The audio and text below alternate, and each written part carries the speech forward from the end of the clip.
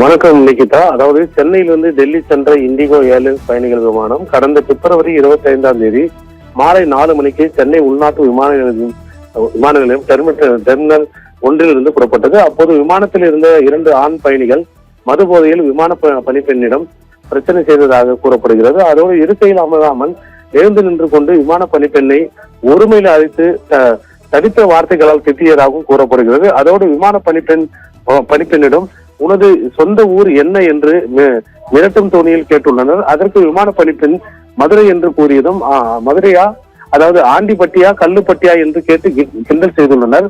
அதன் பின்பு விமான நடுவானில் பறந்து கொண்டிருந்த போது பணி நிமித்தமாக அந்த 2 பேர் இருந்த பகுதிக்கு விமான பணிப்பெண் வந்தபோது பணிப்பெண்ணை பாலியல் சீண்டலில் ஈடுபட்டதாகவும் கூறப்படுகிறது.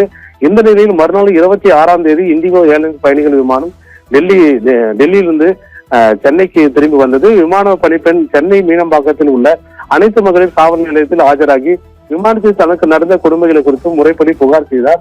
மீனம்பாக்கம் அனைத்து மகளிர் காவல் நிலைய ஆய்வாளர் பணிப்பெண் புகாரை பெற்றுக்கொண்டு அந்த 2 நபர்களை விமானத்தில் அமர்ந்திருந்த இருக்கைகளை வைத்து அவர்களின் பெயர்களை ஆய்வு செய்தனர். அப்போது அவர்கள் இருவரும் திருவள்ளூர் மாவட்டத்தைச் சேர்ந்த பிரபாகரன், அவர் திமுக கவுன்சிலர் என்றும், மற்றொருவர் தியாகு, இவர் திருவள்ளூர் மேற்கு மாவட்ட எம்ஜிஆர் இளைஞரணி மாவட்ட துணைத் தலைவர் என்றும் தெரிய வந்தது.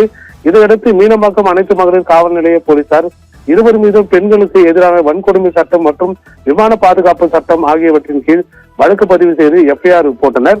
அதோடு குற்றம் சாட்டப்பட்ட இருவரும் 26ஆம் தேதி மீனம்பாக்கம் அனைத்து மகளிர் காவல் நிலையத்தில் விசாரணைக்கு ஆஜராக வேண்டும் என்று சம்மன் அனுப்பப்பட்டுள்ளது. ஆனால் அவர்கள் இருவரும் காவல் நிலையத்துக்கு விசாரணைக்கு ஆஜராகவில்லை என்று கூறப்படுகிறது. இந்த நிலையில் நேற்று மாலை 2ஆம் தேதி மாலை 5 மணிக்கு டெல்லியிலிருந்து சென்னை வந்த இண்டிகோ ஏர்லைன்ஸ் பயணிகள் விமானத்தில் வந்த திமுக கவுன்சிலர் மற்றும் அதிமுக நிர்வாகி இருவரையும் சென்னை வந்து தரையிறங்கினர்.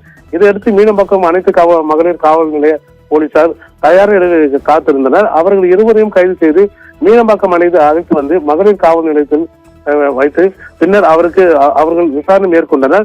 இருவரையும் நீதிமன்றத்தில் ஆஜர்படுத்தி சிறையில் அடைத்தனர். அதாவது நிகிதா, திமுக கவுன்சிலர் மற்றும் பிரபாகரன், அதிமுக தியாகு என்ற இருவரும் கைது செய்த சம்பவம் ஒரு சென்னை விமான நிலையத்தில் ஒரு பெரும் பரபரப்பு மேலாகியுள்ளது. அதாவது அதாவது திமுக கட்சியை சேர்ந்த ஒருவரும் அதிமுக கட்சியை சேர்ந்த ஒருவரும் இது போல ஒரு பெண்ணிடம் பாலியல் சீண்டல் ஈடுபட்டிருப்பது சென்னை விமான நிலையத்தில் ஒரு பெரும் பரபரப்பையும் ஏற்படுத்தியுள்ளது நிகிதா.